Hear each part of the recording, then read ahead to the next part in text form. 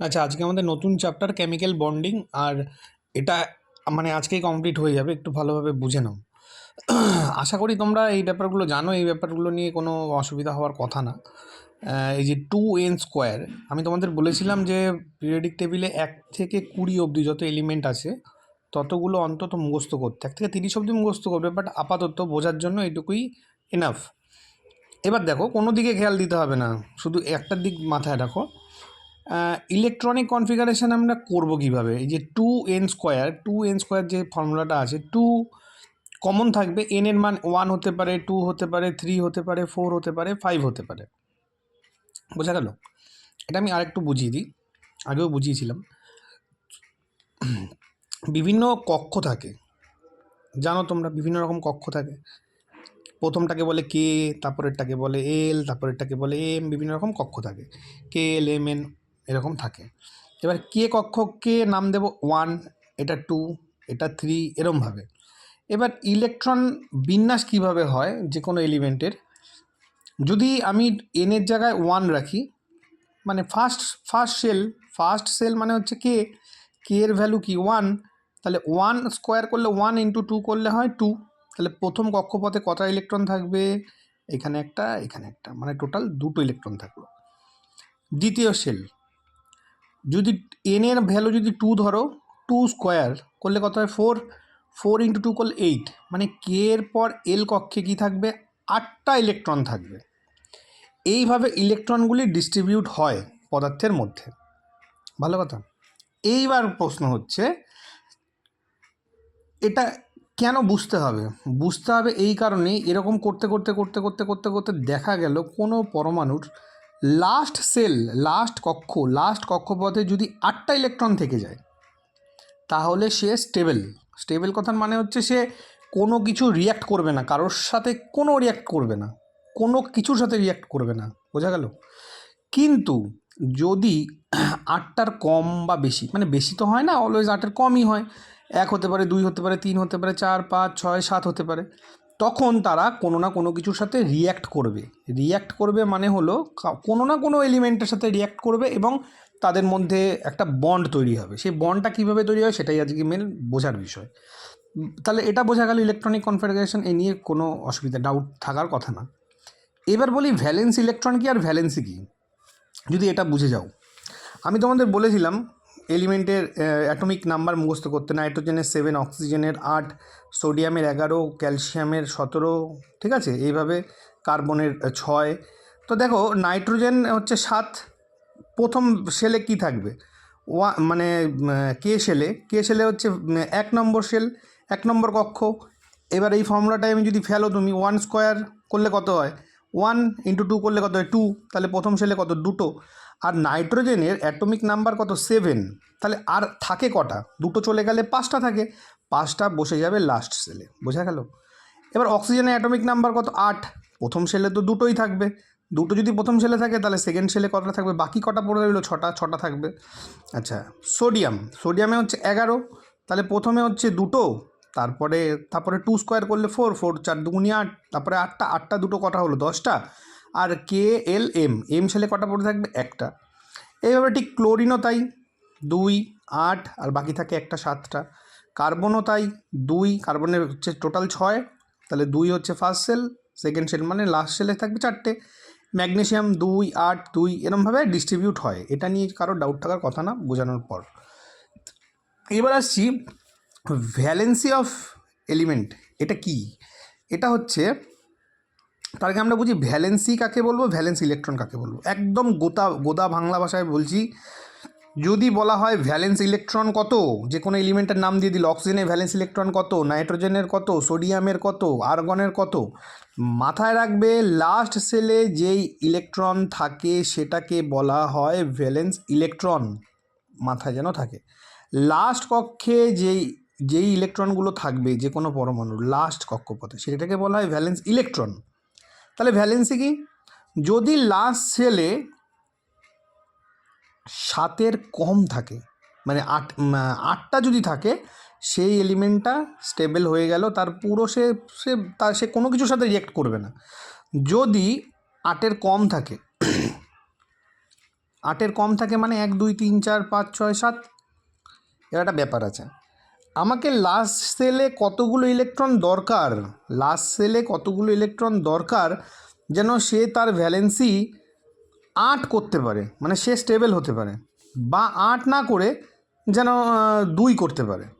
কারণ দেখো হিসাব মতো প্রথম সেলে 2, তারপরে সেলে 8, 2 তো সবার মধ্যেই কমন, তারপরে 8, 8 সবার মধ্যে কমন, মানে 8টা করতে গেলে, মানে তার লাস্ট কক্ষ ফিল আপ করতে গেলে কতগুলো ইলেকট্রন দরকার সেটাকে বলা হয়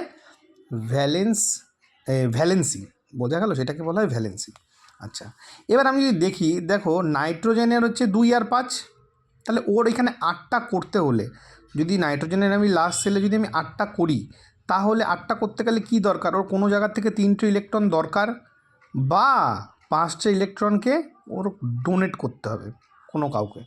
এবার তুমি ভাবো তোমার কাছে 5টা ইলেকট্রন আছে নাইট্রোজেনের কাছে, তো নাইট্রোজেন কি করবে, 3টে ইলেকট্রন কোনো জায়গা থেকে নেবে, এমন তো না যে ও 5টা দান করে দেবে। তাহলে কোনো জায়গা থেকে নেওয়াটা ওর ক্ষেত্রে বেশি সোজা, 3টে নেওয়া সোজা 5টা ত্যাগ করার থেকে। তাই ওর লাস্ট সেলে ভ্যালেন্সি হবে 8 - 5 হবে 3 অ্যান্সার।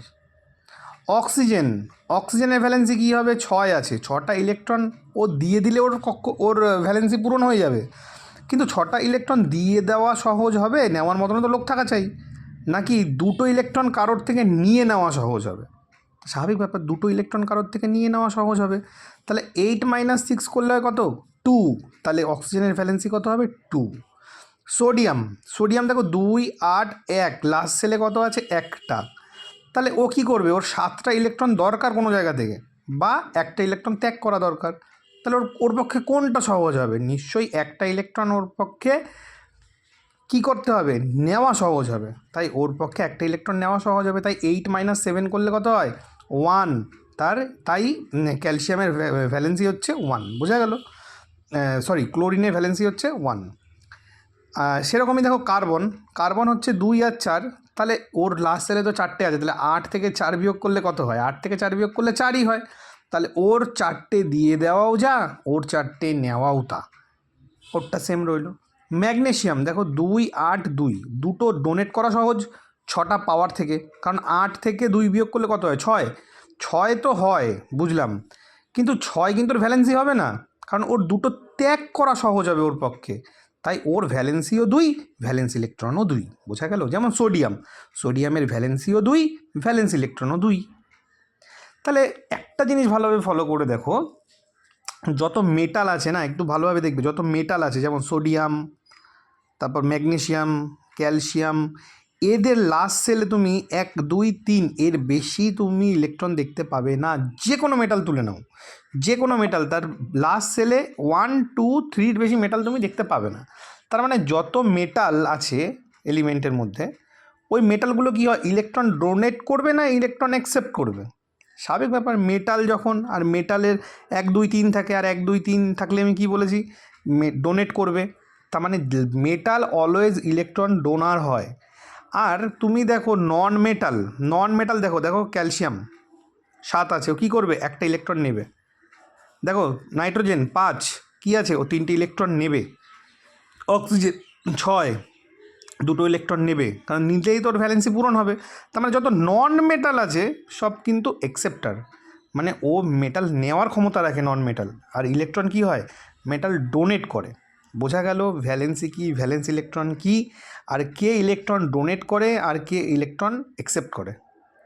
এটুকু যদি বুঝতে পারো, কেমিক্যাল বন্ডিং চ্যাপ্টারটাও তোমরা ভালোভাবে বুঝবে। আচ্ছা, এবার একটা জিনিস বোঝো, সোডিয়াম 2 8 1, মানে 8 আর 2 10 প্লাস 1, ওর হচ্ছে অ্যাটমিক নাম্বার হচ্ছে 11 সোডিয়ামের। এবার সোডিয়াম কি মেটাল, আর ক্লোরিন কি নন মেটাল, তাহলে ক্লোরিনের আছে 7টাও কী করবে, একটা ইলেকট্রন আনার চেষ্টা করবে কোনো জায়গা থেকে। আর সোডিয়াম কি করবে, একটা ইলেকট্রন ডোনেট করার চেষ্টা করবে, কারণ লাস্ট সেলে একটা রয়েছে। এবার তোমরা জানো সোডিয়ামের প্রোটন সংখ্যা 11, ইলেকট্রন সংখ্যা 11, কারণ অ্যাটমিক নাম্বার 11। আর অ্যাটমিক নাম্বার 11 হওয়া মানে, হ্যাঁ, অ্যাটমিক নাম্বার যা হবে সেটাই হচ্ছে প্রোটন সংখ্যার নাম্বার। আর প্রোটন যে কটা থাকে, হ্যাঁ, ইলেকট্রনও সেই কটা থাকে, এটা নিয়ে তো কোনো ডাউট থাকার কথা না। প্রোটন যা, ইলেকট্রনও তা। আর ওরও তাই, অ্যাটমিক নাম্বার 17 ক্লোরিনের, প্রোটনও 17, ইলেকট্রনও 17। এবারে দেখো ইন্টারেস্টিং বিষয়, সোডিয়াম কী করবে, একটা ইলেকট্রন ত্যাগ করবে। তাহলে ওর মধ্যে আগে ইলেকট্রন ছিল কটা, ইলেকট্রন ছিল আগে 11টা। যদি একটা ইলেকট্রন ত্যাগ করে দেয় তাহলে কি হচ্ছে -1, তাহলে ইলেকট্রনের সংখ্যা কত হচ্ছে 10। প্রোটন কিন্তু সেম থাকছে, প্রোটন কিছু করছে না, শুধু ইলেকট্রন ডোনেট করছে। তাহলে ওর কি হলো, প্রোটনের তুলনায় ইলেকট্রন বেশি হলো না কম হলো? স্বাভাবিক ব্যাপার, আমি দেখতে পাচ্ছি প্রোটনের থেকে ইলেকট্রন এক কম। তার মানে একটা ওর কাছে প্রোটন এক্সট্রা রইলো। প্রোটনে কী চার্জ থাকে, পজিটিভ চার্জ থাকে। ইলেকট্রনে কী চার্জ থাকে, নেগেটিভ চার্জ থাকে। তাহলে আমি লিখতে পারি Na plus, Na plus, Na plus. তাহলে যখন সোডিয়াম বা মেটাল যখন ইলেকট্রন দান করে তখন তার মাথায় পজিটিভ চার্জ আসে। কেন পজিটিভ চার্জ আসে বোঝা গেল, কারণ সে একটা ইলেকট্রন দান করছে, তার মাথায় একটা প্রোটন তো বেড়ে গেল তার নিউক্লিয়াসের মধ্যে। আর যখন একটা প্রোটন বেড়ে যায় তখন কি হয়, তার পজিটিভ চার্জ চলে আসলো। কারণ স্বাভাবিক ব্যাপার, 11 থেকে 10টা ইলেকট্রন চলে গেলে একটা প্রোটন এক্সট্রা রয়ে গেল, চলে গেল। এবার ঠিক দেখো নন মেটালের ক্ষেত্রে কী হবে, ও কী করবে, একটা ইলেকট্রন কোনো জায়গার থেকে নেওয়ার চেষ্টা করবে। বলেছিলাম কারণ 7টা আছে, একটা ইলেকট্রন নেবে। তাহলে একটা ইলেকট্রন যদি নেয় তাহলে 17 + 1 কত হলো 18। তাহলে ওর ইলেকট্রনের সংখ্যা কত 18, ওর প্রোটনের সংখ্যা কত 17। তাহলে আমি লিখতে পারি, সরি এটা ক্লোরিন কিন্তু, হ্যাঁ, তাহলে আমি লিখতে পারি ক্লোরিনের মাথায় কি আসবে, পজিটিভ না নেগেটিভ? একটা প্রোটন আছে 17, ইলেকট্রন আছে 18। তাহলে প্রোটনের তুলনায় ইলেকট্রন একটা বেশি আছে, আর ইলেকট্রনের চার্জ মাইনাস। তাহলে কি হবে, Cl মাইনাস। বোঝা গেল, Cl মাইনাস আর Na প্লাস। এবার নেক্সটে আমরা দেখব কিভাবে সোডিয়াম আর ক্লোরাইড বন্ডিং তৈরি করে, সেটা পরের বিষয়। বাট আমি শুধু আপাতত এইটুকু বোঝালাম যে কেন ইলেকট্রন একসেপ্ট করলে নন মেটাল তার মাথায় নেগেটিভ চার্জ আসে, আর কেন মেটাল একটা ইলেকট্রন দান করলে তার মাথায় পজিটিভ চার্জ আসে। ব্যাস এটুকু আগে বোঝো, তাহলেই টোটালটা কমপ্লিট হয়ে যাবে, এটুকু শিওর। আচ্ছা, এটা থেকে একটা জিনিস পরিষ্কার যে যে কোনো মেটাল যখন ইলেকট্রন দান করে, কারণ মেটাল তো ইলেকট্রন দান করে, মেটাল তো আর ইলেকট্রন অ্যাকসেপ্ট করে না। লাস্ট সেলে একটা ছিল, একটা চলে গেল। তো যখনই কোনো মেটাল ইলেকট্রন দান করে তখন তার মাথায় পজিটিভ চার্জ আসে। কেন চার্জ আসে সেটা নিয়ে আর কোনো যেন ডাউট না থাকে, তবে তোমরা বিভিন্ন মেটাল তুলে দেখতে পারো। আচ্ছা, আর হচ্ছে নন মেটাল ক্লোরিনও তাই, সেম। আচ্ছা, ক্যালসিয়ামের ইসে কত, ইলেকট্রনিক বিন্যাস 2, 8, হ্যাঁ 8, মানে 8, 8, 16, 17, 18, 19, 20, 2। আচ্ছা 2। এবার দেখো ওর কি করবে, ওর প্রোটন কত, প্রোটন 20, ওর ইলেকট্রনও 20। এবার দেখো কী করবে, ক্যালসিয়াম কী করবে, 2 আছে, লাস্ট সেলে 8 করতে হবে।